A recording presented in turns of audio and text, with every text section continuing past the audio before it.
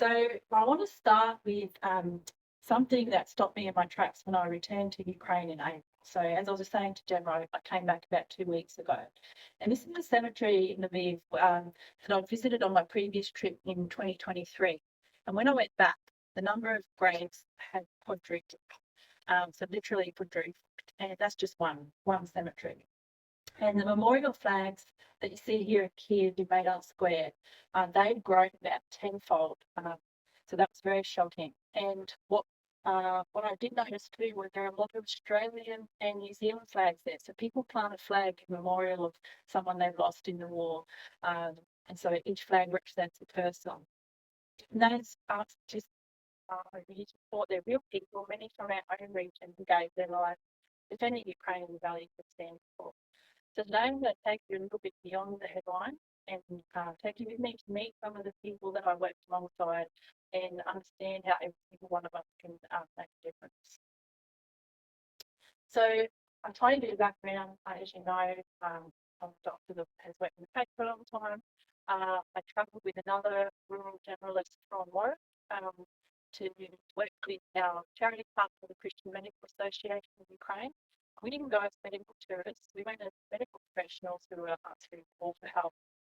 And just to be transparent, so we went under our charity banner, but when people donate to our charity, 100% of the funds go to Ukraine. We fund our own expenses, we're all volunteers, we pay our own way, we pay for the trip, we pay for our food, trains, everything. And we make sure that we work with partners who are very accountable and efficient. So we did quite a few things, and for those who know me from the hospital, been into medical education. So one of our focuses was on education, and our partners really use that too, to sort of doing things that build the capacity of people in Ukraine and standing alongside people there who are going to be there all the time. And so we did a few different activities. One of them was lectures at various universities across the country, so in Lviv, Odessa, Kharkiv. And we had a lot of great feedback from students coming up to us saying that presentations were life changing and they've never heard anything like in their training. There's a lot of things in their medical culture that still need to change. So the lectures were given to doctors and students and lecturers, and I'm particularly grateful here at Kharkiv because no foreigners ever come there to speak in person. And if you look at the buildings, you can probably work out why.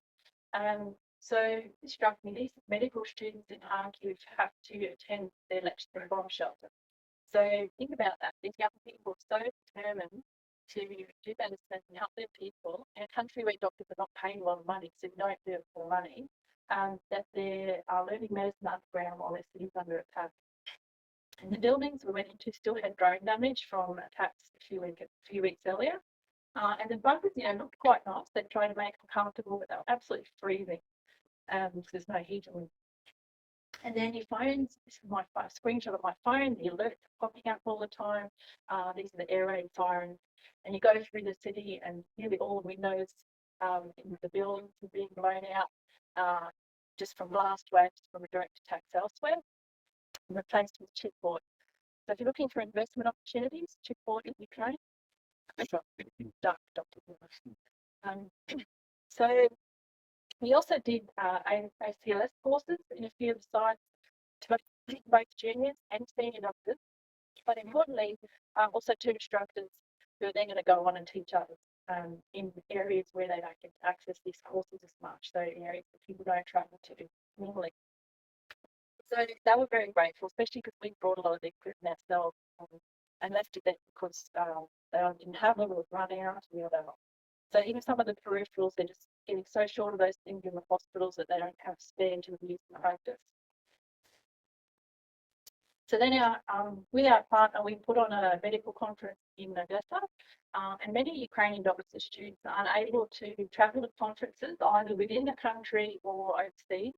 So either they can't afford it, as I mentioned, wages are so low that most doctors take a second job just to get by. Also, men are mostly not able to leave the country during war. Also, so many of the doctors are just so flat out that they can only spare very limited time for things like this. And of course, during war, you can't fly. So to travel to a conference in the city where it's safer to give it, they might have to travel 2 days on the train. So bringing the conference to a region that doesn't normally get this sort of stuff was really appreciated. And then from Odessa, we went on to do some mobile clinics. And the village that I'd gone to do clinics in last time I was there, I was in the Kherson region. It's now under constant attack. Lots of people have been killed there, so it's too dangerous to go there. So instead, we went to another village that had also been destroyed by the Russians, and only a handful of people live there now, but there's still people in the villages around it. And military were using it as a rest spot to rotate out from the front. So we were offering clinic services to the civilians living there and also the military who were on furlough. And all the windows, so we're in the old hospital that had a lot of shelling damage. All the windows have been replaced though by USA. See a little sticker there, so obviously that's not going to be ongoing. And we had a military view in the car park that had antennas sticking up, which I found out later with drone jammers was parked there to protect us from drone attack while we were there. And the clinic had no power or running water, so it's absolutely freezing. The generator could barely run the equipment, let alone anything else. So by the end of the day, we nearly had hypothermia in patients themselves. But people were so grateful, and some of these little ladies that just wanted a hug. Everyone was so stressed and traumatized and been through so much. Still, we're going through a lot. And there's thousands of stories, and I can't tell them all tonight. But one of the clinics, one of the soldiers who come to see us showed me his phone, and these are banned chemical weapons canisters that had been dropped from drones that day, this man, and he told me that a lot of his men had been taken to Nikolaev Hospital because of this chemical attack, but he was saying how lucky they were. It's only one of the 4 canisters was successfully released. So yeah, they have chemical weapons. And I met this lady who had joined the military as a volunteer only because her husband and son were drafted and she wanted to support them.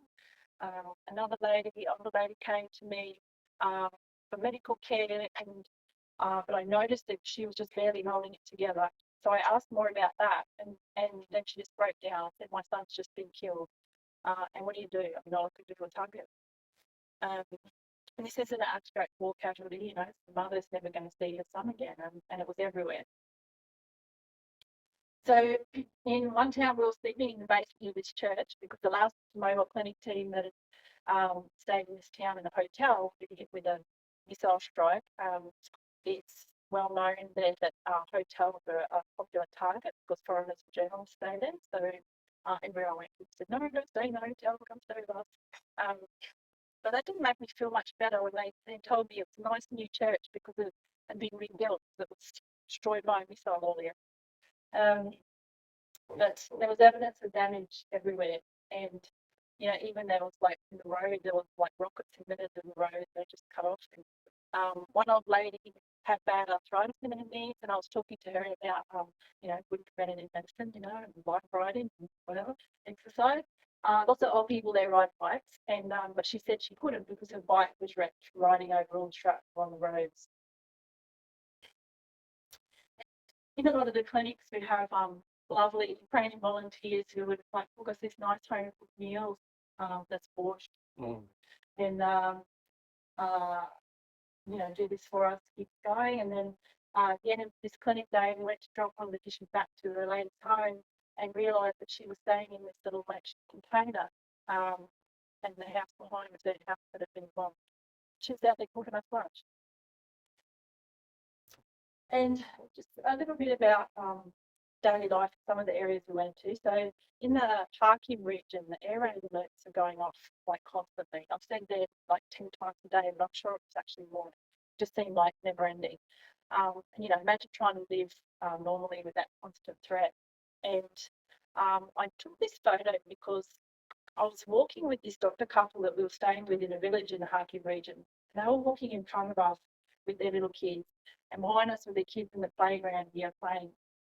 And the air raid alert went off again, and everyone just kept walking and playing, and they must have had to go off and they just turn off and don't respond anymore. And I guess it really struck me that day because a week or so earlier, there'd been a couple of really bad missile strikes on children's playgrounds. A lot of children had been killed, and then just walking past the kids and thinking about these missiles of drones flying over us while these kids are in the playground, knowing they're a potential target.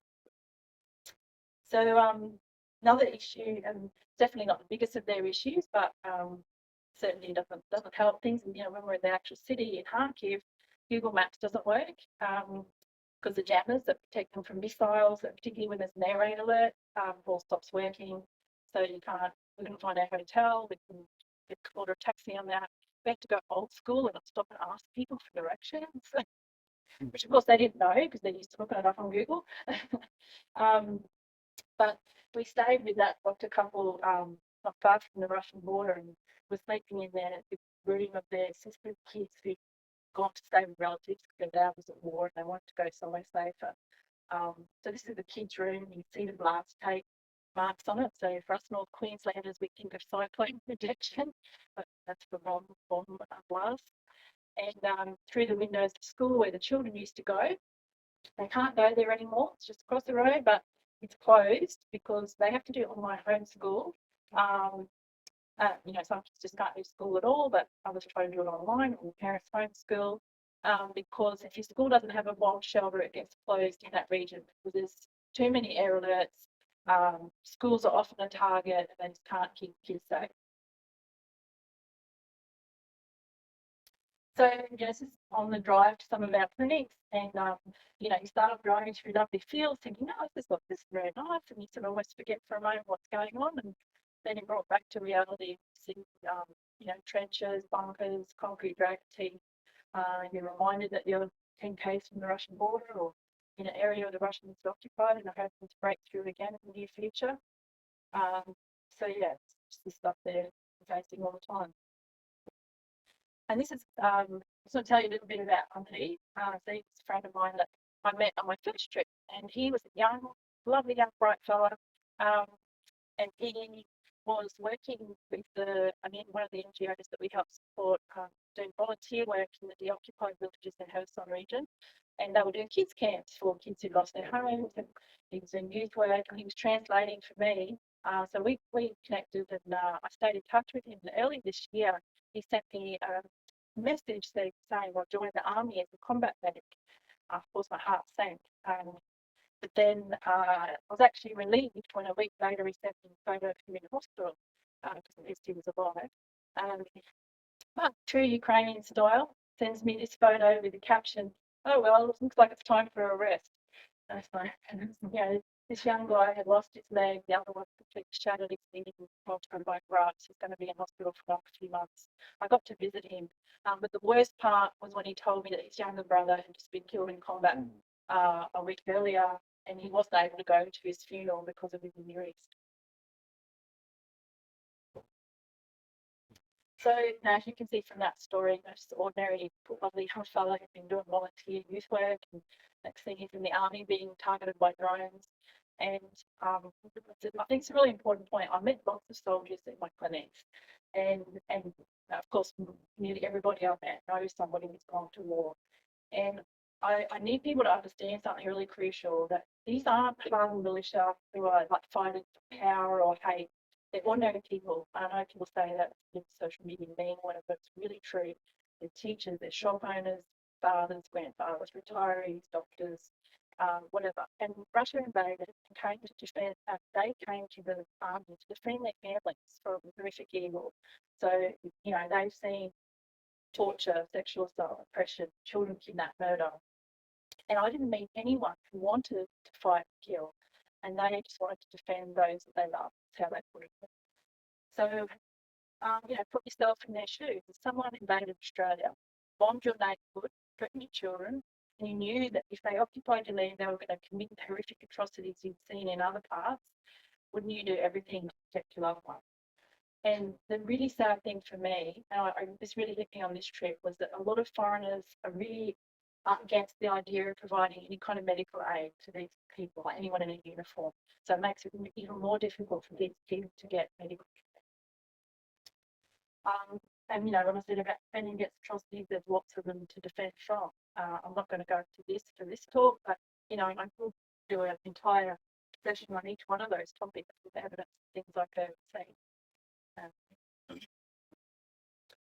but there were also positive things, lots of positive things, and hope. And this guy, he is a surgeon at Info, one of the frontline hospitals, and we brought him out to Australia from observership to do some upskilling, and going and spending time with him at his hospital, see how that had transformed his practice and was helping save lives.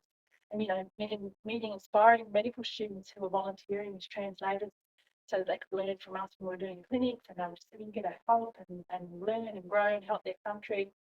Doctors who were choosing to stay and help their people, wanted to learn more, wanted to contribute.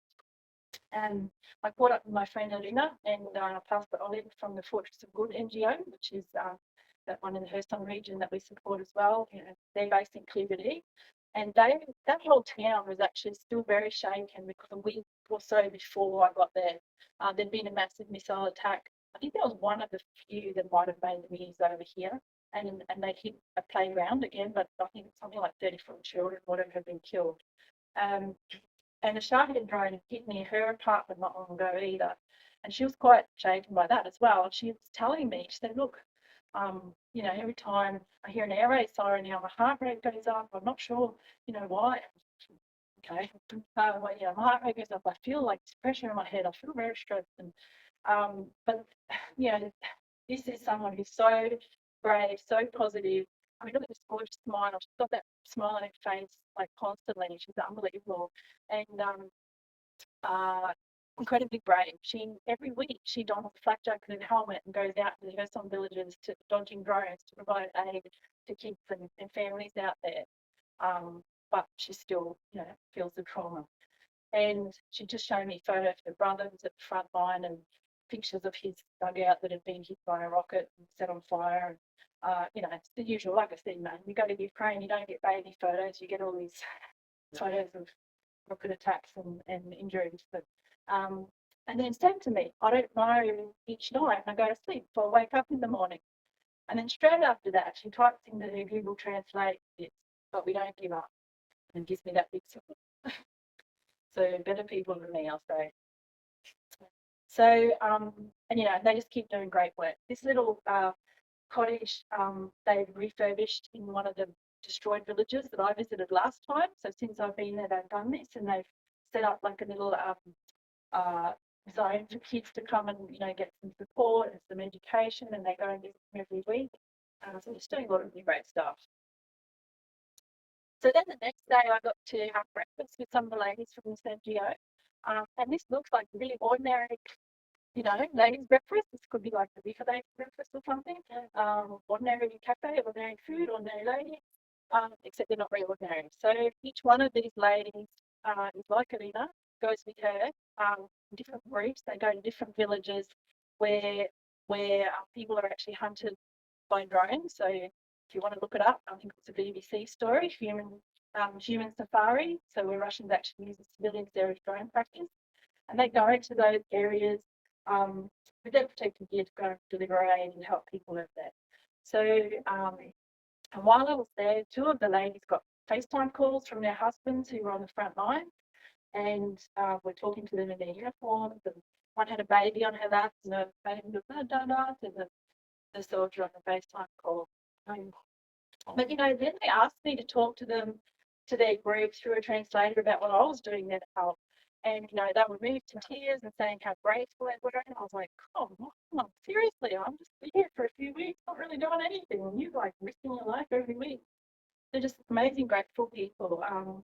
Just grateful for every small thing. So another project that our partners are doing, that I've been helping them with, is the Save a Life training. So this is one which I joined for this one day, was at a military base, and they're training volunteers who joined and are getting some basic training before they head out to the front lines, and they get some basic TACMED. So like learning how to put on tourniquets, how to pack wounds, when you study bandages, ghost doctors, and fully carry techniques and things like that. And it was pretty solid day because they have a lot to learn in one day, but it was very sobering to look at these like very ordinary people, young and old, volunteers who very likely in the next few months, so in fact, they will probably be heading out now. There was a good chance that, A, quite a lot of them might not make it back alive, but B, that almost all of them are going to have to apply this teaching to themselves or their friend in a matter of weeks or months. But they also do this civilian first aid training because it's not as big a part of the culture over there as it is here. You know, here everyone does CPR at St. John's and whatever. So that's something that's had to be rapidly ramped up, and even like teaching how to use tourniquets to civilians because, you know, you don't know when, you know, you're going to be in the shopping centre that gets hit by a missile. So, and they have stories of people who've done their training who've been able to save people's lives with a tourniquet when they've been in a missile attack.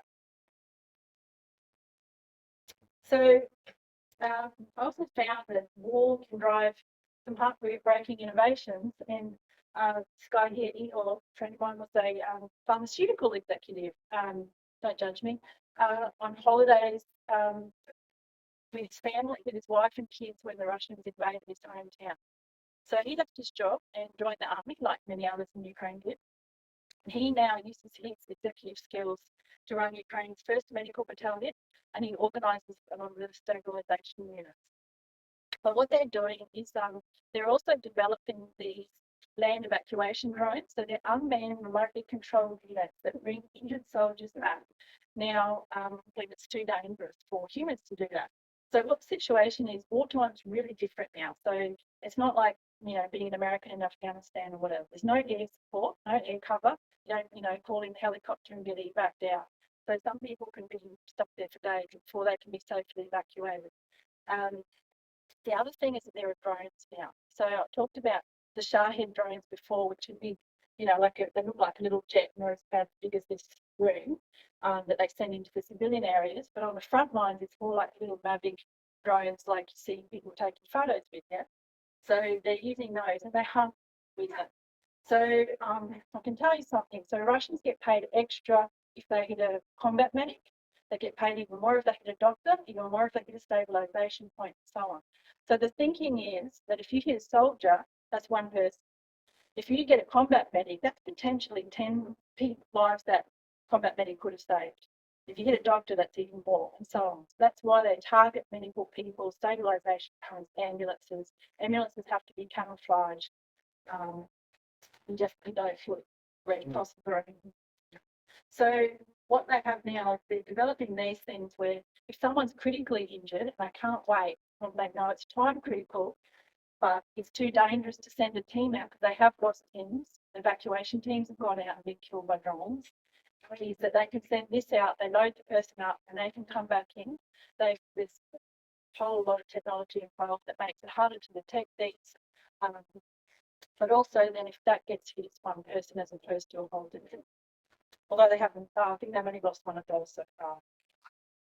So he's also doing a lot of data and research and data collection, and was saying that basically for medical people who might be interested that most of the deaths are from hypothermia and blood loss. And often, so yes, they need to look at how to get blood into people, but you know, really it's even just going back as far as just having enough tourniquets. So again, our partner that really know besides help providing tourniquets, thermal blankets, simple things that can save a life.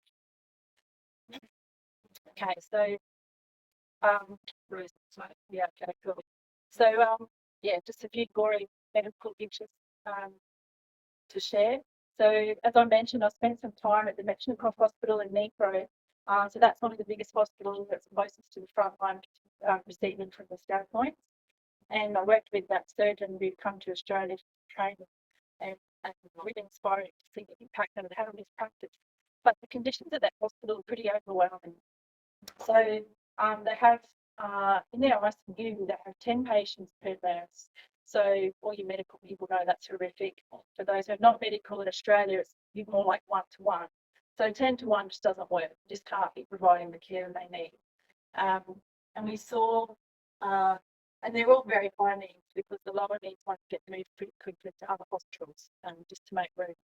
So, and it's terrible. I saw this 20-year-old who was in a coma and, you know, severely brain damaged. It's not, they said he's probably not going to ever wake up. And he was just driving his car around on his birthday. and got hit by a Russian drone who actually targeted his civilian car. And then we were in that hospital when a bus got hit in that region, and one of the victims from that with a brain bleed came in to get surgery. Quite a few people on that bus got killed. And there were people on ventilators and just, quite high needs patients flying in the hallways because their room wasn't reinforced. So I didn't see all of these patients. In fact, just the way the situation was and the reason that I was there in the hospital, it wasn't sort of setting where I could go take photos. So most of the ones I saw, I didn't get to take photos, but my friends sent me cases, and these were all just ones from when I was there or in a week or two since. They mostly do head and neck and brain stuff, so you'll see mostly propellers. So to show you this little kid here, it's actually quite a mild example of it, but that's something we saw a lot of. It's just it's very typical. You might be seeing a lot of news photos if you're looking for that kind of news, but a lot of the soldiers that have faces that are like covered, it's almost like little tattoos, because it's like sharp little shards of hot metal, exploding with dirt and metal and all kinds of stuff just like going into their skin. And leaves these awful marks. So there's going to be a lot of people looking like that. And these are children, so obviously these were attacks in civilian areas. Lots of injuries from flying shards of metal and bits of missiles and rockets and Shaheds. There's also increasingly things like they use cluster warheads. I've been in villages where I've seen like mountains of cluster munitions that people have, like the shells of them that people have collected. All the things that they claim they're not using. More recently, they've started putting bags of nails in their Shaheds. So all designed to inflict maximum damage. So, kids getting chunks of metal taken out of them, lots of nasty burns. You can see on the CTs, you see a lot of the bits of metal. And this is just a little montage of just a few photos from Igor, from his stabilisation units. He's got thousands of these photos. It's absolutely horrific, but this gave me a little sample. So lots of amputations at the stem points. He said they don't get a lot of chest injuries because they don't really have chest plates, but yeah, horrific limb injuries, lots of head injuries. It's just pretty awful. And some of these things you just think, man, as a doctor, I think, well, once the ABC started, we didn't know where to start. Pretty awful. And then you can see, like on the CT, you can see the little bits of metal through his scalp, the brain bleeds. That was the lady from the bus that had been hit by a drone, civilian bus. So, and then this one here was on the 13th of April. I actually can't tell where it was because there were a few and I lost track of which one was which. Not sure it's one that had the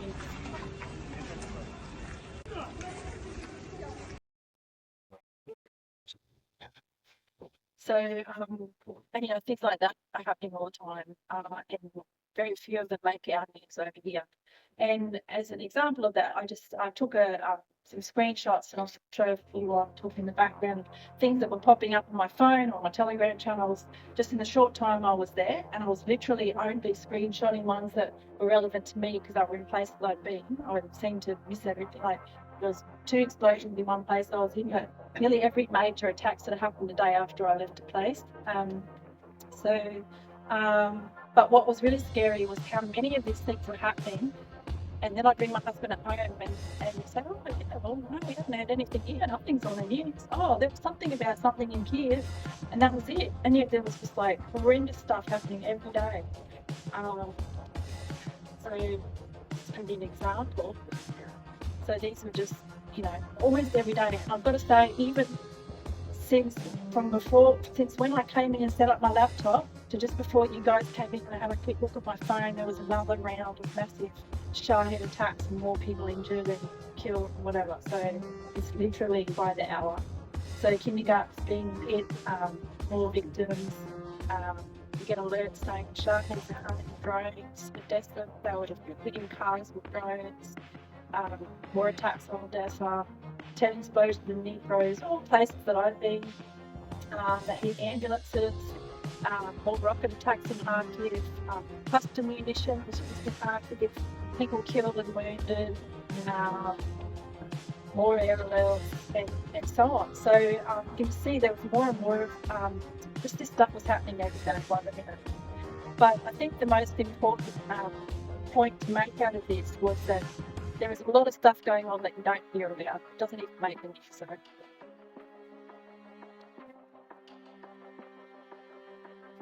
So that's the end of the boring pictures, and I have scared everyone off me. We're getting to the end, and I have there is still the sad stuff, no gory stuff. So I was in Nipro, and I was staying with a friend in one of these apartments just around the corner from here. And as I said, there was a couple of nights where we had explosions nearby. But I didn't hear that one night.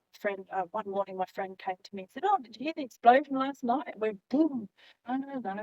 I slept right through it. He goes, "Oh, you really are Ukrainian, aren't you?" Okay. He showed me, we walked past this building, and I saw this big pile of soft toys. And to be honest, if it was just me, I probably wouldn't have thought it was a big weird or maybe some alarm thing or something, and kept walking. But my friend pulled out his phone and said, "Oh, this is the news story when this building was hit by a drone and several children were killed here. This is a memorial to them. And they've just simply cut off the damaged part of the building and concreted it off." But you wouldn't even know if you didn't have someone there with you. And this one's pretty tragic. This is little baby Timothy and his mum Anna. I forgot the dad's name. He was a pastor at a local church, and this is the drone strike on the left that had killed them, the mother and the baby, in May 2024. And they were in the same block of apartments as my friend who works with these mobile clinics that we were doing. And Anna was one of her best friends. And I was staying with her in her apartment. And so we walked past this, and it had just been the 1 year anniversary. So I took a photo of this memorial as I walked past. So just back to a bit more of what some of the stuff we're doing. So, like I said, a lot of what we're trying to do with our partners is making sure that we can have a long-term impact, as well as providing immediate aid, making sure that there's things that make a difference into the future. Every doctor we train, skill we share, that multiplies. And in the interim, we're still also working on the immediate needs as well. And so one of the many other things that our charity partner does, they have a humanitarian aid warehouse that ships medicines, equipment, ambulances, and medic packs all over the country. And because they've become such a trusted distributor of medical aid in the country, because of their incredible accountability and transparency in a country that has struggled with that, lots of big organisations in Europe, the NHS and whatever, if they have stuff they want to donate, they go to these guys, but they need to raise the funds to then provide the logistics to distribute this stuff. So as they say, if they get $4,000 worth of donations, they can use that to deliver a container full of $10 million worth of medical equipment that's been donated. If they can't get the 4,000, that 10 million worth of equipment sits there on the border. And they do lots of other projects too. Burns Care Alliance, upskilling people in burns care. We've helped them to get a massive discount on BTM, the artificial skin that's been developed in Australia. We went to the company there and asked them for some help with that. Or people were dying from burns that shouldn't have, rehabilitation centres, hosting surgical and reconstruction teams. So just, doing lots and lots of stuff. And like I said, there's the immediate impact stuff that, we can make a difference from here.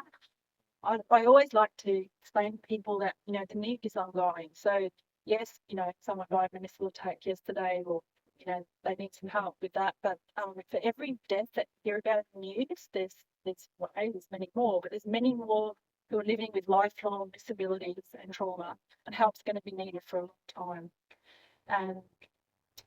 And they're very responsive. I mean, that's Sasha from the warehouse, and because they do a massive amount of work, they're also very small and not very top heavy, so they can just really respond to many. So I had someone who donated some money and said, "I really want this to go to something for the soldiers," which was really unusual because, as I said, nobody ever wants to give stuff to the soldiers. So I was like, "Oh, they'll be excited," because they had just told me that they desperately need hemostatic bandages and no one donates for them.